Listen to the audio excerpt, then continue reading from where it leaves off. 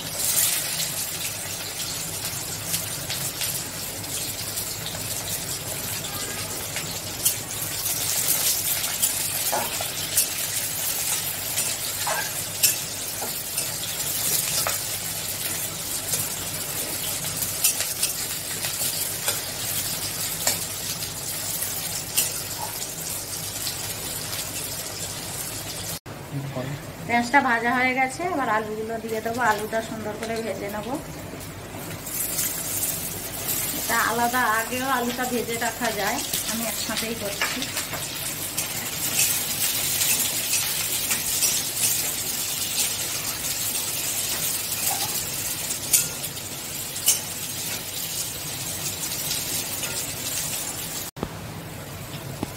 বন্ধুরা দেখুন, আলুটা ভালো করে ভাজা হয়ে গেছে, সাদা হয়ে আছে। এই কারণে আমি কখনোই তেলে হলুদ দেই না, কারণ তেলে হলুদ দেওয়া উচিত নয়, ক্ষতি করে। সেই কারণে আমি পরে হলুদটা দিই। তাই এবার মাংসটা তুলে দেবো। আমার আলু এই যে লাল লাল ভাজা হয়ে গেছে, হলুদ না দেওয়ার কারণে সাদা হয়ে আছে।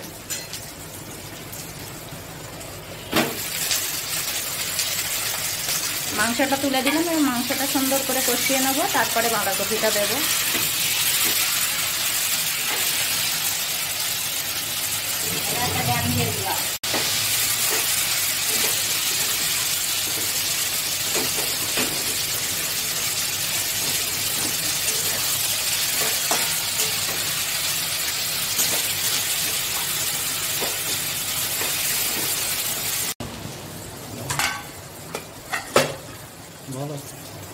চিকেনটা ভাজা হয়ে গেছে, এবার বাঁধাকপিটা দিয়ে দেবো।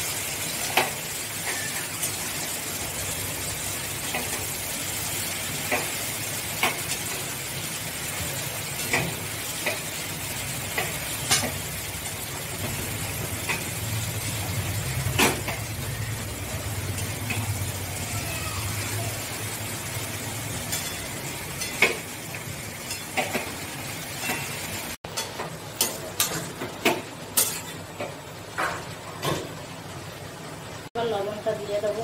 হলুদটা আমি এখন দেবো না, আরো কিছুক্ষণ কষানোর পরে লবণটা দেবো।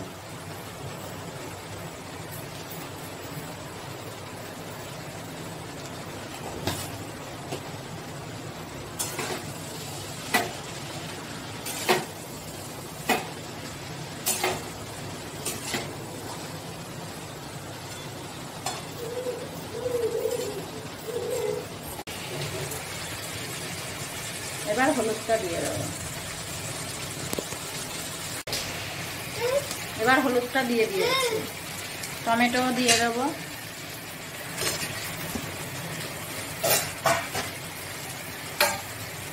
লঙ্কাটা দিয়ে দেবো।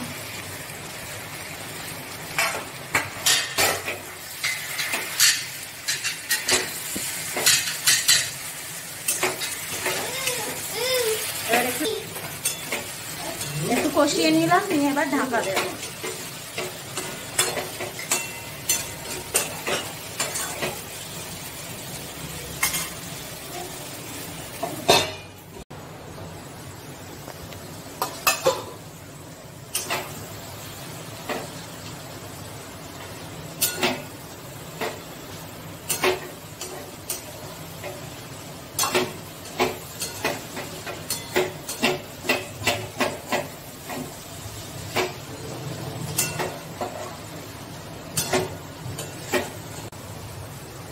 বাঁধাকপি চিকেন রেডি হয়ে গেছে। আপনারা প্রয়োজন মনে করলে গরম মশলা দিতে পারেন, আমি দেব না, কারণ এই কারণেই দেব না, আমরা ঝাল খুবই কম খাই, তাই গরম মশলাটা দেব না। ঝালটাও বেশি পরিমাণেই দিতে পারেন, বাঁধাকপিতে একটু ঝাল ঝালই ভালো লাগে। দেখুন হয়ে গেছে, এবার আমি নামিয়ে দেবো।